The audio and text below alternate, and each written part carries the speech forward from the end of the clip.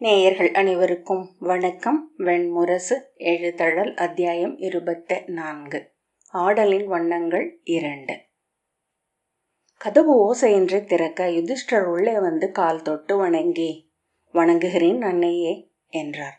குந்தி வலக்கையை தூக்கி அவர் தலையை தொட்டு நீள் வாழ்வு கொள்க, நிறைவடைக என வாழ்த்தினாள். தொடர்ந்து பீமனும் நகுலனும் சகதேவனும் உள்ளே வந்தனர். அவர்கள் வணங்க தலை தொட்டு வாழ்த்தினாள்.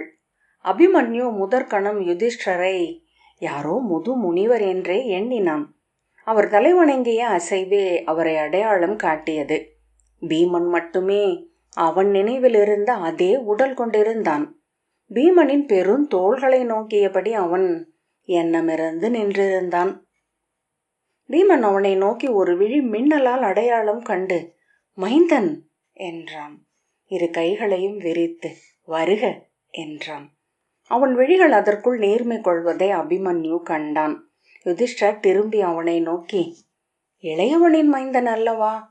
ஆம், முதற்கணம் இளையவன் நம்முடன் வந்து இங்கே நிற்பதாகவே என் உள்ளம் எண்ணிக்கொண்டது. விந்தை, காலத்தை கடக்கும் எந்த வாய்ப்பையும் உள்ளம் விட்டு விடுவதில்லை என்றார். அபிமன்யு அருகணைந்து யுதிஷ்டரை வணங்க அவன் தோள்களை பற்றி நெஞ்சோடு அணைத்து கொண்டு யுதிஷ்டர் பெருமூச்சு விட்டார். மைந்தர்களை பார்த்தே நெடு நாட்களாகின்றன. இங்கே அவர்களை வரச் சொல்லி இருக்கலாம் என்றார்.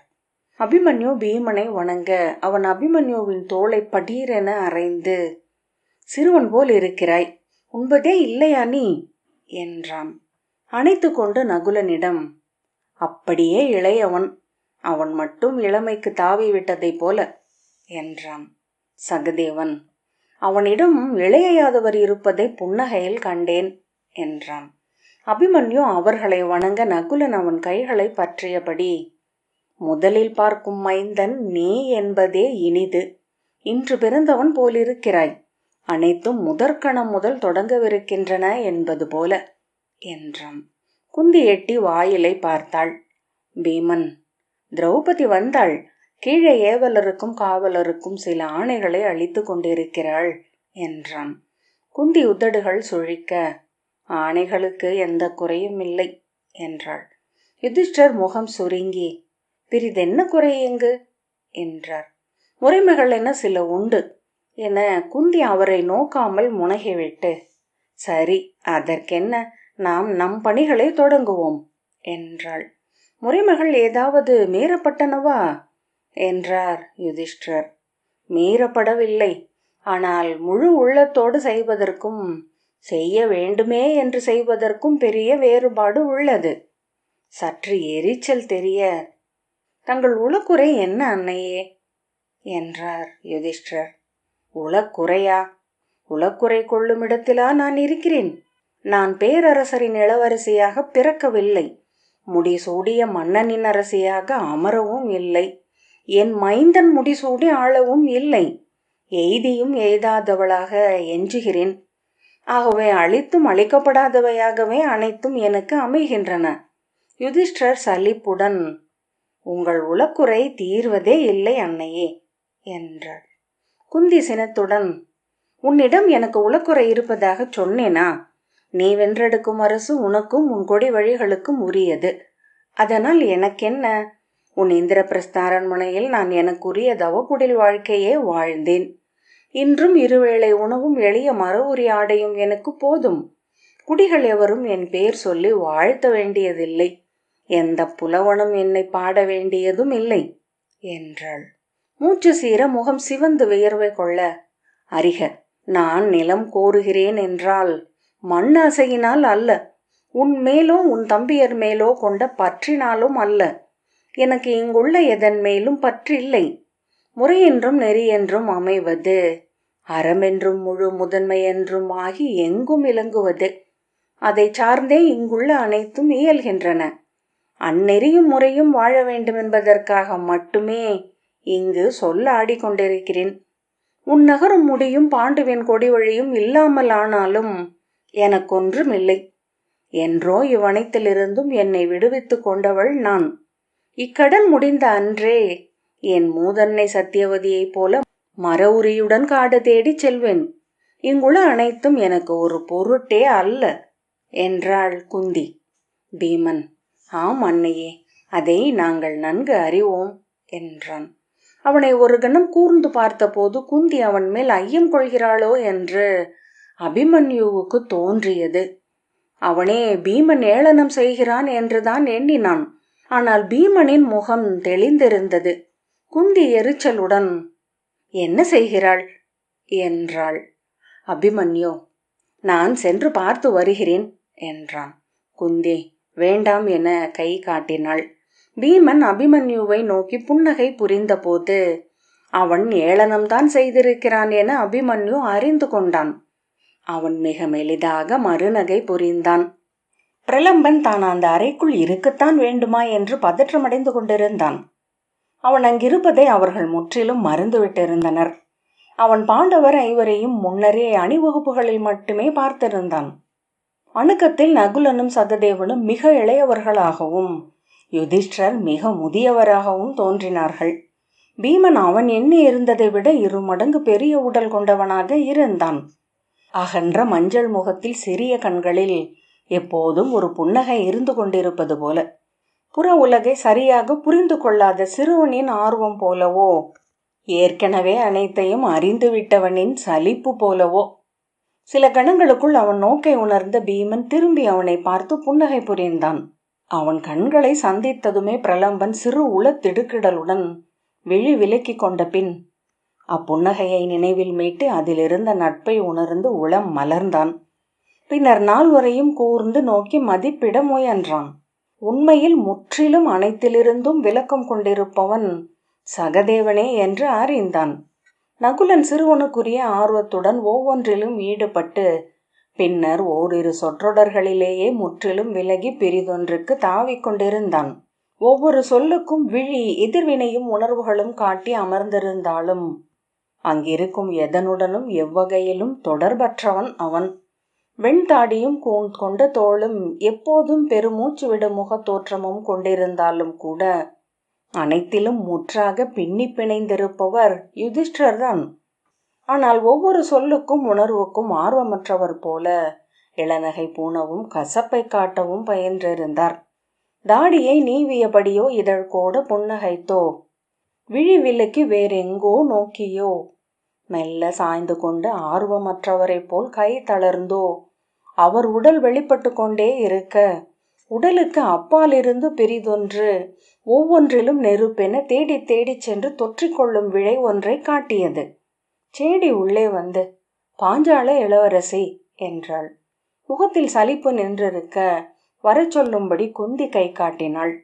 அவள் உடல் மாய தெய்வம் ஒன்றால் தொடப்பட்டு கல்லென்று ஆவது போல நுனி காலிலிருந்து இமைப்பீலி வரை ஓர் இறுக்கம் பரவுவதை பிரலம்பன் கண்டான். திரௌபதி உள்ளே வந்து குந்தியின் கால்களை தொட்டு வகிடில் வைத்து வணங்கி, இந்திரபிரஸ்தத்தின் பேரரசியை வணங்குகிறேன். இங்கு அனைத்தும் முறைமையுடன் அமைந்துள்ளன என்று எண்ணுகிறேன். அவற்றை உசாவி விட்டு உள்ளே வந்ததனால் சற்று பிந்தியது என்றாள். குந்தி இதழ்களில் ஒரு சிறு கசப்பு புன்னகையுடன், நான் கைமை நோன்பு கொண்டவள். எனக்கு அரச முறைமைகளும் அரண்மனை இன்பங்களும் விளக்கப்பட்டுள்ளன. அவற்றில் என் உள்ளம் பதிவதும் இல்லை என்றாள். திரௌபதி அவள் உள்ளத்தை உணர்ந்து கொண்டாள் என எந்த முகவிழி மாறுதல்களும் இல்லாத போதே தெரிந்தது. ஆம், அதை நான் அறிவேன். ஆனால் முறைமை செய்வது எங்கள் கடமை என்றாள். அபிமன்யு திரௌபதியை கால் தொட்டு வணங்கி, வணங்குகிறேன் அன்னையே என்றான். திரௌபதி முகம் மலர்ந்து, ஆம், உன்னைத்தான் உள்ளே வரும்போதே பார்த்தேன். இந்த நாளின் உவகை எனக்கு தெய்வங்களின் கொடை என்றாள். அவன் தோள்களை அணைத்து கொண்டு, என்ன புண்கள் என்று கேட்டாள். போர், நான் பானாசுரருடன் நிகர் நின்றேன். ஒரு நாழிகை நேரம் மெய்யாகவே என்றான் அபிமன்யு. ஆம், அறிந்தேன். சூதர்கள் பாடத் தொடங்கிவிட்டனர் என்றாள். அவன் தோள் முதல் மணிக்கட்டு வரை நீவி, பெரியவனாகிவிட்டாய் என்றாள். செயற்கையான சினத்துடன், நாம் அரசு செய்திகளை உசாவ கூடியுள்ளோம் என்றாள் குந்தி. திரௌபதி, நீ இன்றிரவு என் அகத்தளத்திற்கு வா. புலர்றி வரை உன்னிடம் பேச வேண்டும் என்றாள்.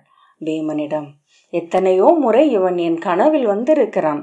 என் 5 மைந்தர் கூட அவ்வப்போதுதான் அகத்தில் தோன்றுவார்கள். இவனை விட்டு என் உள்ளம் பிரிந்ததே இல்லை என்றாள். பீமன் நகைத்து, மற்றவர்கள் எல்லாம் இன்னும் கொஞ்சம் அகவை முதிர்வை காட்டுவார்கள் என எண்ணுகிறேன் என்றான். அபிமன்யு, ஆம், உபபாண்டவரில் நான் மட்டும் சிறுவனாகவே எஞ்சிவிட்டேன் என்கிறார்கள். உண்மையில் மூத்தவர் பிரதிவிந்தியரிடம் பேசினால் யாரோ தொல் மூதாதையை போல் தோன்றுகிறார் என்றான். குந்தி, நாம் அவர்களை சந்திக்க ஒருங்கு செய்வோம். இப்போது பேச வேண்டியவை நிறைய உள்ளன என்றாள். அபிமன்யு, நான் வரும்போதே பார்த்தேன் பேரரசிக்காக செய்யப்பட்டுள்ள வரவேற்புகளை. பொன்னூல் பின்னிய தோரணங்கள், கொன்றைப்பூ பாவட்டாக்கள், அனலெழும் திரைச்சீலைகள். என்ன இது? அஸ்வமேதமும் ராஜசோயமும் செய்து மும்முடி சூடிய தமயந்திக்கும் தேவயானிக்கும் அளிக்கப்படும் வரவேற்பல்லவா என் மூதன்னைக்கு வழங்கப்படுகிறது என்று இவரிடம் சொன்னேன். இவர் என் தோழர், மிகச் சிறந்த ஒற்றர் என்றான். பீமன் திரும்பி பிரலம்பனிடம், எதை உளவருகிறீர் என்றான். இளவரசரைத்தான். யுதிஷ்டிரர், எவர் பொருட்டு என்றார். பிரலம்பன், அவருக்காகவேதான் என்றான். பீமன் நகைத்து, நன்று, நல்ல இணை என்றான். அபிமன்யு, நான் சொல்ல வருவதென்ன என்றால், இந்திரபிரஸ்தத்தில் கூட அன்னை இவ்வண்ணம் ஒரு பெருமையுடன் அமர்ந்ததில்லை. இன்று அஸ்தினபுரியில் அவர்கள் எப்படி நடத்தப்படுகிறார்கள் என்பதை அறிவோம். சூதர் தெருவில் ஒரு மாளிகை அவர்களுக்கு அளிக்கப்பட்டது. அரண்மனை கணையாழி கொண்ட ஏவலர்கள் எவரும் அளிக்கப்படவில்லை. நுழைவில் வாழ்த்தோ கோட்டை மேல் கொடியோ தெருக்களில் அகம்படியோ எதுவும் இல்லை. அரண்மனையில் கூட சிற்றமைச்சர்கள் அவர்களை எதிர்கொள்வதில்லை என்றான். குந்தி முகம் சிவக்க வாய் சுருங்கி இருக ஏதோ சொல் எழுபவள் போல தோன்றினாள். பிரலம்பன் அவன் பயின்றிருந்த உரைமுகத்தை சூடிக்கொண்டான். அபிமன்யு மேலும் ஊக்கத்துடன், ஏன், அரச உணவுக்கே அவர்கள் கேட்டு பெற வேண்டி இருக்கிறது. அதையெல்லாம் எண்ணுகையில் காம்பில்யத்தில் அவர்களுக்கு அளிக்கப்படும் இந்த வரவேற்பு சிலருக்கு சற்று மிக என்று தோன்றக்கூடும். எனக்கு அது காம்பில்யத்தின் இளவரசியே அளிக்கும் அன்னை கொடை என்று தோன்றுகிறது என்றான். யுதிஷ்டிரர், ஆம், நானும் அவ்வாறே எண்ணினேன் என்றார். குந்தி பற்களை கடித்தபடி ஓர விழியால் தருமனை பார்ப்பது தெரிந்தது. குந்தி உச்ச சினம் விழிகளில் மட்டும் தெரிய அபிமன்யுவிடம், மைந்தா, இது பெரியவர்கள் அவை. உன்னிடம் கேட்கப்பட்டவற்றுக்கு மட்டும் நீ மறுமொழி சொன்னால் போதும் என்றாள். அதுதான் என் இயல்பு. ஆனால் என்னை மீறி இதை இங்கு சொல்ல விரும்பினேன் என்றான் அபிமன்யு. பிரலம்பன் பீமனுடைய கண்களை பார்த்தான். பீமன் அவனை பார்த்து புன்னகை புரிந்தபோது ஒரு கணத்தில் எழுந்த சிரிப்பை அடக்க முடியாமல் பிரலம்பன் முகம் திருப்பி அருகிருந்து தூணில் சுற்றப்பட்டிருந்த பட்டுப்பாவட்டாவை தொட்டு அதன் பொன்னூல் பின்னலொன்றை கைகளால் இழுத்தபடி தன்னை அடக்கி கொண்டான். என்ன நிகழ்ந்ததென்று இவர்களிடம் சொல் என்றாள் குந்தி. தெளிவாகவே என்னால் சொல்ல முடியும். ஏனென்றால் நான் சொல்ல வேண்டியதை நான் வரும் வழியில் பலவாறாக புனைந்து கொண்டேன் என்றான் அபிமன்யு. புனைந்து கொண்டாயா என்றாள் குந்தி. ஆம் அன்னையே, இவை அனைத்துமே புனைவுதானே என்றான் அபிமன்யு. நான் புனைந்ததை விட சிறப்பாக வழியில் ஒரு சூதன் பாடினான். ஆகவே அதில் சில பகுதிகளையும் இணைத்து கொண்டேன். குந்தி, விளையாடுகிறாயா? அறிவிலி, இது அரசவை. அந்த சூதனையை அழைத்து வந்திருக்கலாமோ என்று அபிமன்யு பிரலம்பனிடம் கேட்டான். பிரலம்பன் தலையசைத்தான். திரௌபதியின் விழிகளிலும் நகைப்பின் ஒளியை அவன் கண்டான். மெய்யாகவே இவனை எப்படி எடுத்துக்கொள்வது என்று எனக்கு புரியவில்லை என்றாள் குந்தி. அவன் சொல்வதை சொல்லட்டும், நாம் புரிந்து கொள்வோம் என்று திரௌபதி சொன்னாள். அபிமன்யு, ஒன்று மட்டும் நான் கேட்க விரும்புகிறேன்.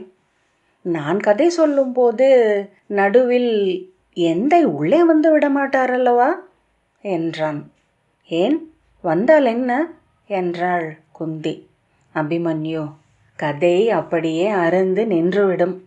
நான் இந்த சாளரம் வழியாக வெளியே செல்ல வேண்டியிருக்கும் என்றான். யுதிஷ்டிரர், அவன் வரவில்லை. இங்கு வந்ததுமே திருஷ்டத்யும்னனுடன் இணைந்து காட்டுக்கு வேட்டைக்கு சென்றிருக்கிறான் என்றார். அது நன்று என்று அபிமன்யு சொன்னான். வேட்டையே அவருக்கு இயல்பானது.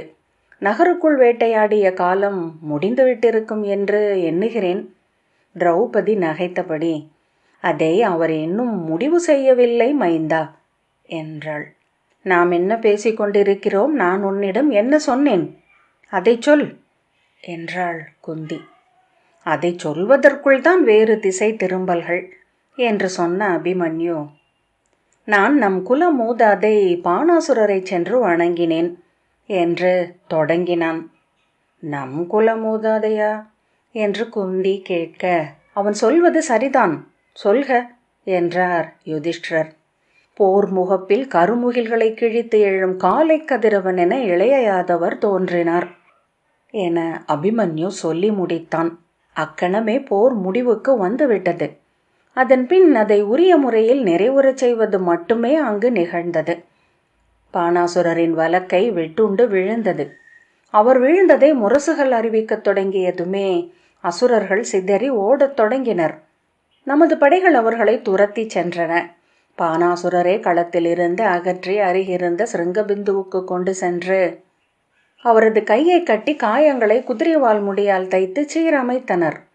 வெட்டுண்ட கையில் அத்தனை குருதி குழாய்களும் சீராக வெட்டப்பட்டிருப்பதை கண்டேன். தளிர் வாழைக்கன்றை சரித்து வெட்டுவது போல அத்தனை நுட்பமாக. உண்மையில் குந்தி இடைமறித்து, அதை விடு, என்ன நிகழ்ந்ததென்று சொல் என்றாள். அதன் பிறகு சோனிதபுரிக்குள் யாதவ படைகள் பெருகி நிறைந்தன. பானாசுரரை சோனிதபுரியின் மருத்துவ நிலைக்கு கொண்டு சென்றார்கள். அசுர படைத்தலைவர்கள் அடிபணிந்தனர். வேளக்காரரும் ஏவல் நிறையினரும் படைக்கலம் வைத்தனர். சோனிதபுரியின் அரண்மனைக்குள் நுழைந்த இளைய யாதவர் அமைச்சரும் ஆயமும் கூடிய அரசவைக்குள் புகுந்தார். அவர்கள் எழுந்து கோல் தாழ்த்தி அமைதியாக நின்றனர். ஆனால் பானாசுரரின் அரியணையில் அமர்வதை தவிர்த்து விட்டார். வருகை அரசர்களுக்குரிய பீடத்தில் அமர்ந்தார். பானாசுரரின் அரியணை மேல் அவருடைய வாள் வைக்கப்பட்டது. அந்நகரை வென்றிருப்பதாக அறிவித்த மாதுலர் அத்தனை அசுரப்படைகளுக்கும் முழு விடுதலையை அறிவித்தார். நகரில் கைப்பற்றப்பட்ட செல்வங்கள் அனைத்தும் அசுரர்களுக்கு திருப்பி அளிக்கப்படும் என்றும், அசுரரின் அரியணையும் கருவூலமும் அவர்களுக்கு மட்டுமே உரியவை என்றும் அறிவித்தார் என்றான். ஏன்? வென்றவர் அரியணை கொள்வதும் கருவூலம் கவர்வதும் தானே அரச முறை என்று குந்தி கேட்டாள். நான் அதை அவரிடம் கேட்டேன். பானாசுரர் இன்னும் தோற்கவில்லை, நான் முழுமையாக வெல்லவும் இல்லை என மாதுலர் மறுமொழி சொன்னார். அவர் நானே. வேறென்று எழுந்த அவரது கையை மட்டுமே துணித்திருக்கிறேன். இப்போது நாங்கள் நெஞ்சுபட தழுவிக்கொள்ள முடியும். இவ்வரியணை இன்னும் அவருக்குரியதே என்றான். குந்தி, அவனுடைய கணக்குகள் என்ன என்பதை நம்மால் சொல்லிவிட முடியாது என்றாள். திரௌபதி, எளிய கணக்குதான். நாளை அவர் பெயர் மைந்தனின் அரியணை அது என்றாள். அல்ல என்று அபிமன்யு சொன்னான். நாம் நகர்வென்று அமைந்த 7ஆம் நாள் சோனிதபுரியில் கூடிய சகசிரஹஸ்தம் என்னும் குடிப்பேரவைக்கு அங்குள்ள 1000 குடித்தலைவர்களுக்கும் அழைப்பு கொடுக்கப்பட்டது. குலமுறைப்படி வெல்லப்பட்டவர்கள் தலையணி சூடலாகாது. ஆனால் அவைக்கு வருபவர்கள் அனைவரும் தலையணி சூடியிருக்க வேண்டும் என அறிவிக்கப்பட்டது அவர்களை குழப்பியது. ஒருவருக்கொருவர் நோக்கியபடி அணுக்கர் தலையணியை கையில் கொண்டு பின்னால் வர தயங்கியபடி வந்து அவை முன் நின்ற குடித்தலைவர்கள் அவர்களில் ஒருவர் தலையணி சூடியதை கண்ட பின்னரே தாங்களும் அணிந்தனர். அவர்கள் முன் இளைய யாதவர் மணிமுடி சூடி தோன்றியதும் தயக்கத்துடன் ஏற்பொலி எழுப்பினர். அனிருத்தரோ அவர் மணந்த உஷையின் வயிற்றில் எழுந்த மைந்தரோ அசுரரை ஆழ்வார்கள் என்றால், அசுரகுடிகளில் பாதி பங்கினர் நகர் நீங்கி காடேகுவர் என்று நகரில் பேசப்பட்டதை நான் அறிந்திருந்தேன். அவையில் அதை பற்றி மாதுலர் அறிவிப்பார் என எண்ணி இருந்தேன். அவர்களிடம் அசுரகுலத்து இளவரசி உஷையை தன் பெயர் மைந்தன் அனிருத்தன் அங்கிருந்து அழைத்து செல்லவிருப்பதாக சொன்னார். அவள் துவாரகையின் வருங்காலத்து பேரரசி ஆவாள் என்றும், அவள் வயிற்றில் பிறக்கும் மைந்தன் யாதவ பெருநிலத்தை முடிசூடி ஆழ்வான் என்றும் அறிவித்தார். அசுர குடித்தலைவர்கள் திகைத்து அமர்ந்திருந்தனர். பானாசுரர் முடியொழியவில்லை என்றும் முடிவழியை அவரே அமைக்கட்டும் என்றும் மாதுலர் சொன்னார். எவரோ வாழ்த்தொலி எழுப்பினர். அது பற்றி பரவவில்லை. சோனிதபுரி துவாரகையின் நட்பு நாடென இலங்க வேண்டுமென்ற கோரிக்கை மட்டுமே என்னிடம் உள்ளது.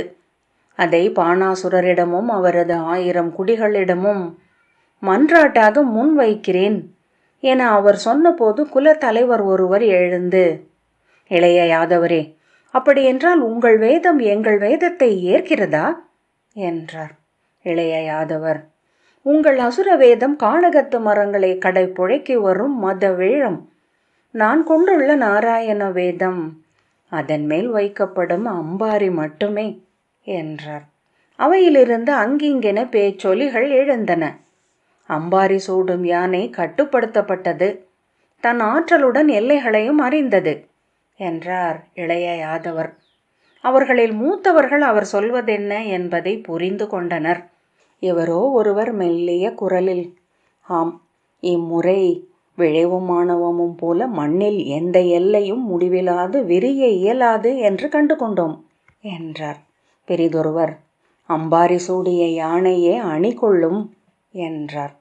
அவையில் இருந்து அங்கிங்காக வாழ்த்தொலிகள் எழுந்தன. இளைய யாதவர் கைகூப்பி விடை கொள்வதாக அறிவித்து பீடம் விட்டு எழுந்தார். அவரது அகல்கையை நிமித்திகன் கூவ மங்கள இசை எழ அவர் நடந்து அவை நீங்கினார். அவர் அவையிலிருந்து வெளியேறிய அக்கணம் வெடித்தெழுந்தது போல அவை முழங்கத் தொடங்கியது. சோனிதபுரியின் அவை நிறைந்திருந்த மாபெரும் அடிமரத் தூண்கள் யாழ் நரம்புகள் போல அதிரத் தொடங்கின. அத்தகைய வாழ்த்தை நான் யாதவபுரியிலும் இந்திரபிரஸ்தத்திலும் கேட்டதில்லை என்று அபிமன்யு சொன்னான். பீமன் வென்றெழுந்து விட்டார், முழுமையாகவே கடந்து வந்து விட்டார் என்றான். அபிமன்யு தொடர்ந்தான். அன்று மாலை மருத்துவ நிலையில் படுத்திருந்த பாணாசுரரை அவர் சென்று பார்த்தபோது நான் உடன் இருந்தேன். அரசரை வணங்கும் வருகை வேந்தருக்கு உரிய முறையில் முகமனுரைத்து தலை வணங்கினார். மாதுலர் நுழைந்த கணம் முதல் விழிகளை அவர் மேல் பதித்திருந்த பாணாசுரர் மெல்லிய குரலில் முகமன் சொன்னார். அவர் முகம் திகைத்தது போல இருந்தது. அதை கலைக்கும் பொருட்டு நான் விளையாட்டாக, இத்தோல்விக்காக வருந்துகிறீர்களா என்று கேட்டேன். என்ன என்று கேட்ட பாணாசுரர் முகம் மலர மீசையை நீவியபடி நகைத்து, பிரிதெவரிடமும் தோற்கவில்லை என்று பெருமிதம் கொள்கிறேன் என்றார். மாதுலர் அவர் மஞ்சத்தருகே அமர்ந்து, என்றும் என் தோழர்களில் ஒருவராக தாங்கள் அமைய வேண்டும் என்று விரும்புகிறேன் பாணாசுரரே என்றார். பாணாசுரர் இடக்கையை ஊன்றி எழுந்து அக்கையால் இளைய யாதவரின் தோள்களை தொட்டு அணைத்து கொண்டு, பேறு பெற்றேன் என்றார். நாளை மறுநாள் யாதவ படைகள் முழுமையாகவே ஆசுரத்தில் இருந்து விலகிச் செல்லும் என்றும், அந்நிலத்தில் இருந்து எடுத்துக்கொண்ட கூழாங்கல்லை கூட விட்டுவிட்டே அவை எல்லை கடக்கும் என்றும் இளைய யாதவர் சொன்னார் என்றான் அபிமன்யு. குந்தி புன்னகையுடன், பாணாசுரன் நெகிழ்ந்து கண்ணீர் விட்டிருப்பானே என்றாள். அபிமன்யு, அல்ல, அவர் முகம் சிறுமை கொண்டது போல் இருந்தது. தாளா வலியில் என உடல் மெல்ல மேய்ப்பு கொண்டது என்றான். பீமன், அதுவே நிகழும் என்றான். என் வேதம் என்னையும் நான் அதையும் விடப்போவதில்லை யாதவரே என்றார் பாணாசுரர் என அபிமன்யு சொன்னான். நம் ஊழ்நெறிகள் இணையப் போவதில்லை, மீண்டும் நாம் களம் காணக்கூடும் என்று அவர் சொன்னபோது இளைய யாதவர் விந்தையானதோர் நோக்கை அவர் மேல் பதித்து அமர்ந்திருந்தார். பாணாசுரர் திகைப்புடன் என்னை நோக்கினார். தங்கள் முகம் நான் நன்கு அறிந்தது, எங்கோ எப்பிறப்பிலோ என பாணாசுரர் மாதுலரிடம் சொன்னார். முதற்கணம் உங்களை கண்டபோதே உளம் திகைத்து விட்டேன். அக்கணத்தில் உங்கள் படையாழியால் வெல்லப்பட்டேன் என்றார். இளைய யாதவர் புன்னகை செய்தார். யுதிஷ்டிரர், அவரை கண்ட முதற்கணமே அம்முகத்தை முன்னரே கண்டிருப்பதாக பலர் சொல்லி இருக்கிறார்கள். முனிவர், கவிஞர், சிறு குழந்தைகள், பித்தர் என்றார் அபிமன்யு. ஆனால் அதற்கு மறுநாள் யாதவ படைகள் கிளம்பிய போது பாணாசுரர் முடிசூடி கோல் கை கொண்டு அரியணையில் அமர்ந்து அரச முறைப்படி விடை கொடுத்தார் என்றான். உஷையை தன் கையால் நீரொழுக்குச் செய்து அனிருத்தருக்கு கையளித்தார். கோட்டை வாயில் வரை வந்து வழிமொழி சொல்லி விடை கொள்கையில் தன் செங்கோலை மாதுளரின் கால்களை நோக்கி தழைத்து முடிகொண்ட தலை தாழ்த்தி வணங்கி, இப்படைக்கலமும் மணிமுடியும் என் குடிப்பெருக்கும் உங்களுக்குரியவை அரசே. என் வேதம் உங்கள் சொல்லில் நிறைவு கொள்கிறது என்றார். குந்தி, வாழ்த்தாழ்த்தி வேதத்தை கையளித்தானா என்றாள். ஆம், அதே இயல்பான புன்னகையுடன் மாதுளர் ஏற்றுக்கொண்டார். அறையில் மெல்லிய மூச்சொலிகள் மட்டுமே கேட்டன. திரௌபதி, மைந்தா, அவர் அவ்வாறு பணிந்தது எதனால் என நினைக்கிறாய் என்றாள். அன்று மருத்துவ நிலையில் பேசிக்கொண்ட பின் இரவில் இளைய யாதவர் தனியாக மீண்டும் பாணாசுரரை பார்க்க வந்தார். என்னுடன் எழுக என்றார். எங்கே என்று அவர் கேட்டார். வருக என யாதவர் கை நீட்டிய போது இடக்கையை பாணாசுரரும் நீட்டினார். கைப்பற்றி எழுப்பி வெளியே அழைத்து சென்றார். புறவியில் ஏறிக்கொண்டு இருவரும் நகர்விட்டு சென்றனர். இருளில் காட்டுப்பாதையில் விரைந்து அசுரர்களின் மூதாதையர் வாழும் குகைக்கு சென்றனர். அக்குகை வாயிலில் பாணாசுரர் திகைத்து நின்றுவிட்டார். இவ்விடம் எப்படி உங்களுக்கு தெரியும் என்று கேட்டார். நான் வந்த இடம்தான் இது என்றபடி இளைய யாதவர் சுடுந்து ஒன்றை பற்ற வைத்து கொண்டார். வருக என்று கை காட்டி அழைத்தபடி அவர் குகைக்குள் சென்றார். அச்சமும் ஆவலுமாக பாணாசுரர் பின்னால் சென்றார். குகைக்குள் பந்தத்தின் செவ்வொளி படர்ந்தது. அசுர மூதாதையரின் ஓவியங்கள் குகை சுவர்களில் எழுந்தன. அவர்களின் விழி சொற்களையும் வெறி நகைகளையும் நோக்கியபடி கனவிலென நடந்த பாணாசுரர் ஒரு முகத்தை கண்டு திகைத்து நின்றுவிட்டார். அது கையில் பந்தத்துடன் தன் முன் நின்றிருந்த அதே முகம் என்று கண்டார் என்றான் அபிமன்யு. மீண்டும் அறைக்குள் அமைதி நிலவியது. பிரலம்பன் உள எழுச்சியுடன் பெருமூச்சு விட்டான். அவ்வொலி கேட்டு இயல்பாக திரும்பி நோக்கிய பீமன், இதைத்தான் சூதர் சொன்னாரா என்றான். ஆம், எப்படி தெரியும் என்றான் அபிமன்யு. பீமன் புன்னகைத்தான். திரௌபதி, ஆனால் சூதர் நாவில் தெய்வங்களே சொல்வடிவு கொள்கின்றன என்றாள். பீமன், கிருதயுகம் முதல் தொடர்ந்து வரும் போர் இது. வருணனில் தொடங்கியது, இந்திரனில் விசை கொண்டது, ரண்யனிலும் மாபலியிலும் முனை கொண்டது, இன்று முடித்து வைக்கப்பட்டுள்ளது.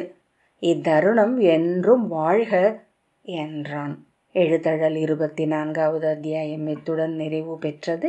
நன்றி.